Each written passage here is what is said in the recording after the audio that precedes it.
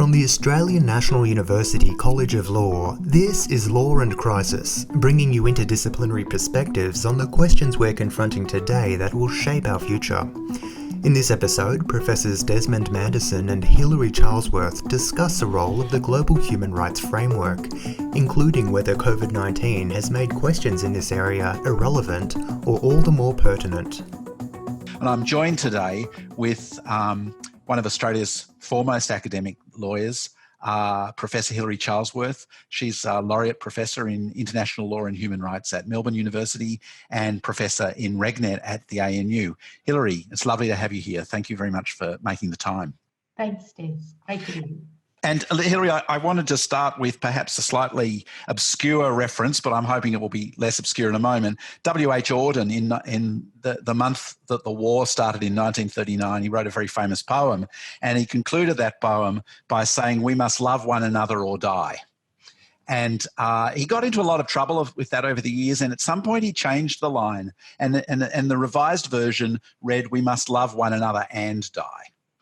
And so I'm wondering, in relation to the global community and the current pandemic, which is it? Are we loving one another or dying, or are we loving one another and dying? And perhaps if I can make that a slightly more sort of legal question, perhaps what I'm trying to get at is, does this pandemic mark the death knell of international law or proof of concept? Well, that's a major challenge. I would say the current pandemic is posing very large challenges to international law, but international law always rubs up against state practice. So it's not an unusual position for international law to have a set of standards that in particular times, particularly at this point, states feel that they can ignore. So I think international law is, in this context, playing its usual complicated status as putting up a set of global norms, some of them vague, some of them capable of interpretation, and some of them perhaps seemingly rather utopian in this era. Because we see, on the one hand, I think, there's been very heightened levels of global cooperation in lots of ways, and the ways in which countries have learned from each other's practices and developed practices in light of those experiences has been really exciting, on an optimistic kind of note, right? And yet, at the same time, we've also seen kind of the breakdown of international cooperation, and the borders have gone up, and people have hidden behind rhetoric that has been quite kind of hostile, xenophobic in some ways, very much me first in other ways. Look at the fight over ventilators around the world and so on. So it's maybe that's just to say that the crisis seems to be exacerbating both these possibilities, both these trends for international law. Yes, well, I'd say they're exposing in the way that they're always there, even if sometimes under the surface. And you've put your finger on it in that both there is, and perhaps you might say fairly limited international cooperation. Many countries, by far the majority of the countries in the world have put up border restrictions. So there's an exacerbation of talk of sovereignty and so on, and treating one's citizens differently to everybody else in the world. I think there are just, there's a handful of countries who, for example, haven't placed restriction on asylum seekers, saying that asylum seekers still can enter the country at this point. But so I think it's certainly shown that side, the resurgence of sovereignty. But on the other hand, yes, there has been some forms of cooperation. There has been quite a bit of debate about what's the status. Is there a duty to cooperate in times of disaster in international law? And this is a notion that is in its fairly nascent stages. And it's quite interesting during the current pandemic that the General Assembly of the UN, where all 193 members of the UN have a seat, have referred to a duty to cooperate in a number of resolutions, whereas the Security Council, the much more limited elite 15-member institution, has very obviously not referred to any duty to cooperate. And there's quite a debate raging among international lawyers. Is there a duty to cooperate in times of disaster, and what are its limits and bounds? But I think that perhaps where international law standards are most useful at the moment is in providing a set of limits to the very rapid move we're seeing in a lot of places towards executive government.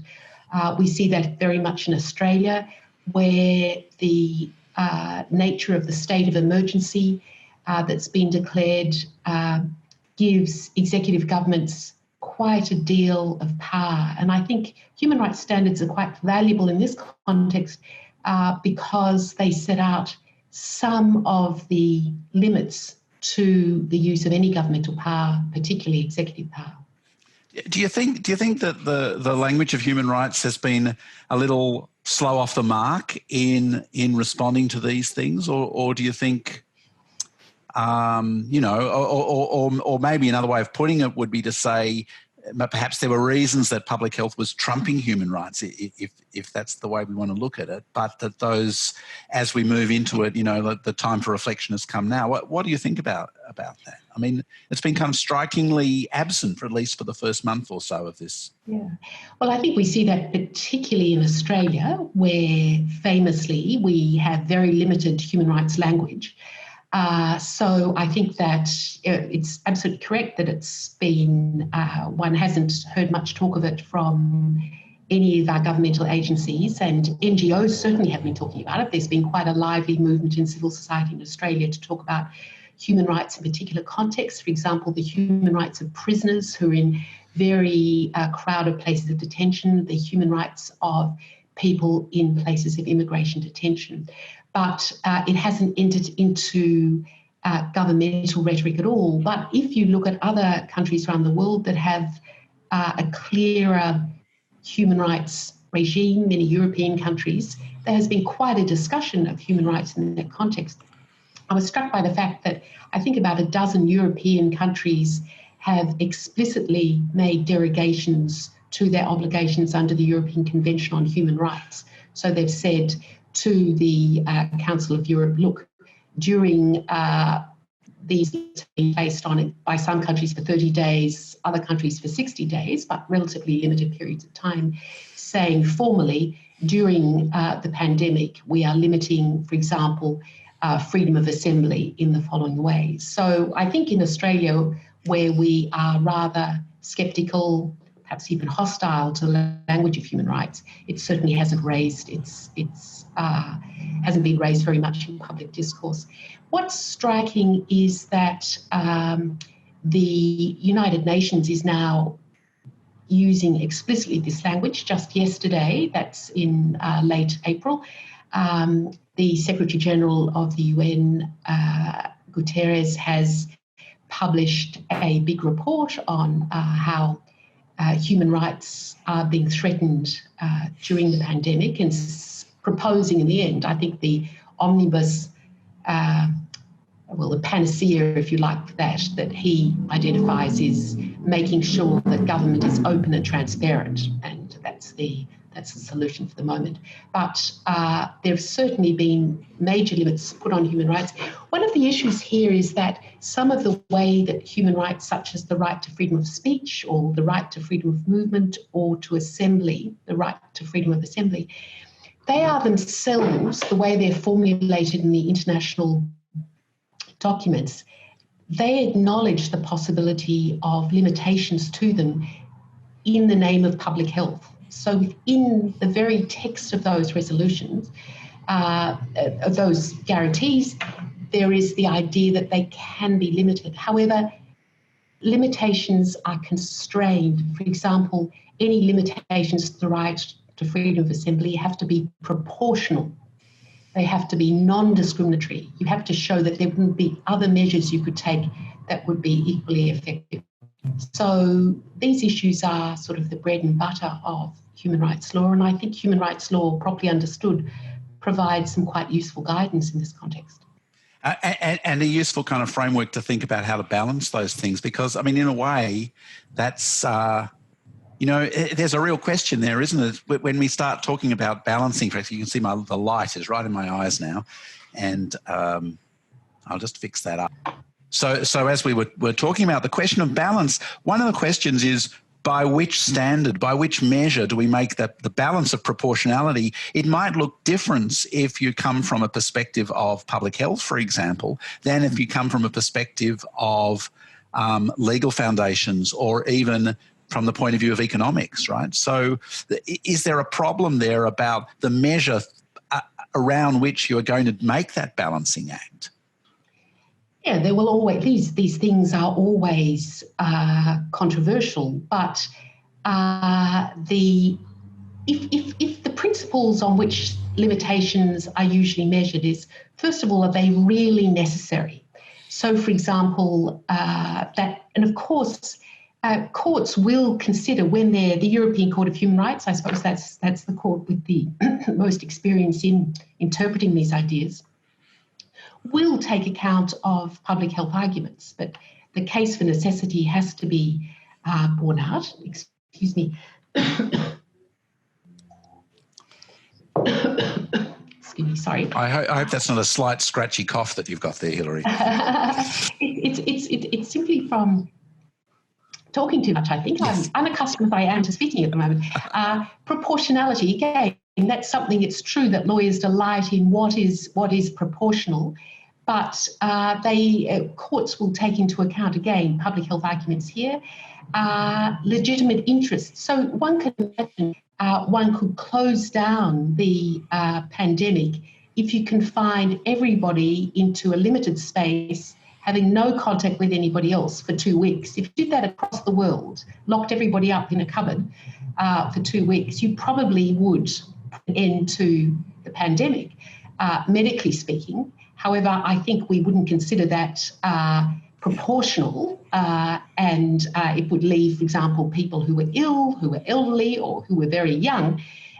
It would radically threaten their lives. So I think these tests are flexible enough to be useful in this context. The question is this the least repressive means of achieving a public health objective? Also, human rights law offers ideas such as, is this measure discriminatory? Does it discriminate against groups racially, on the basis of disability, on the basis of age? All of those arguments have to be brought into the mix. They won't always point in the same direction. This is one of the complexities. But I think they're quite useful standards with a big jurisprudence behind them. So I don't want to suggest that human rights law here is a solution that will answer all the really complicated political, economic and ethical questions that we face. But I think they are useful things. I think they're useful to consider. Yeah, and that's great, really, that it gives us a kind of a framework for thinking about certain kinds of questions. And as you say, actually, for thinking about how to balance different interests in ways that are the least harm, thinking of harm in a very broad kind of way. So there's actually a history there of this kind of language being able to be marshalled for these kinds of questions.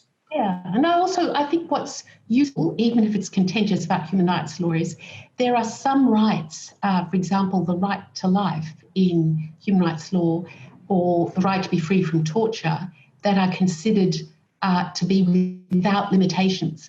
So if a country tried to argue, if a government tried to argue by torturing somebody, this might be useful, or by incarcerating somebody without any due process. These are rights to which no derogation is permitted. And I think it helps us think about some of the very basic rights. One that's been an issue during the pandemic is the right to seek asylum when you're fleeing persecution. Now, many countries, Italy, for example, fairly earlier in April, simply closed its ports and said not to attack.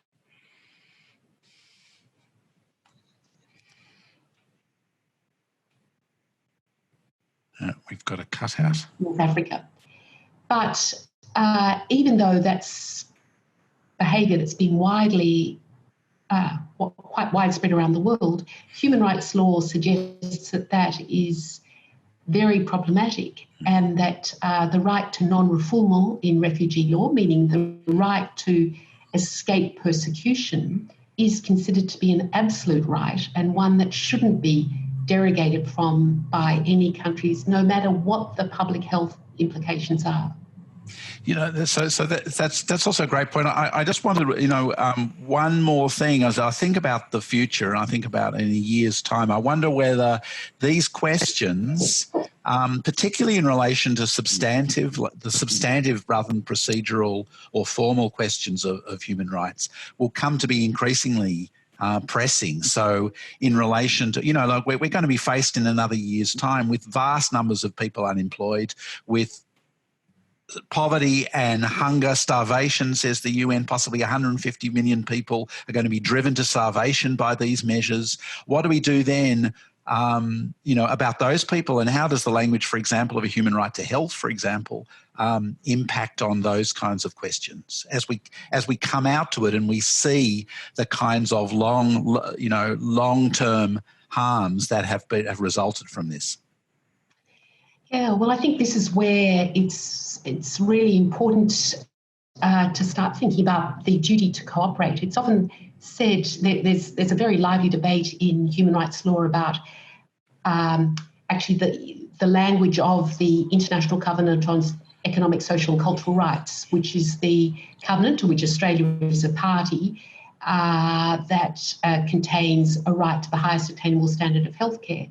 And Article 2 of that treaty talks about that parties to that treaty, and there are 170-something parties to that treaty, a lot of countries, by becoming party to it, is pledging to take steps individually, but also through international cooperation to promote the right to health more broadly.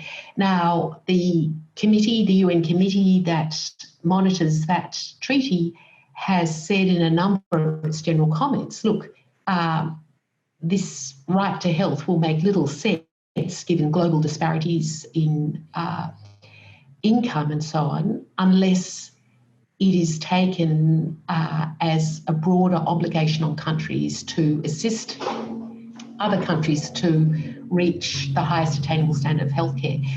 Wealthier countries, countries of the north, have often resisted the idea that they have a duty to do anything. The idea is that aid is largesse, or it's noblesse oblige. We will help you out of goodness of our heart, not because we have a duty to do so. But I think the pandemic is going to mean that the idea of a duty to cooperate, still perhaps a fledgling idea in international law, may develop some more, I'm going to mix my metaphors here, I was going to develop more legs or develop some meat or some flesh on its bones.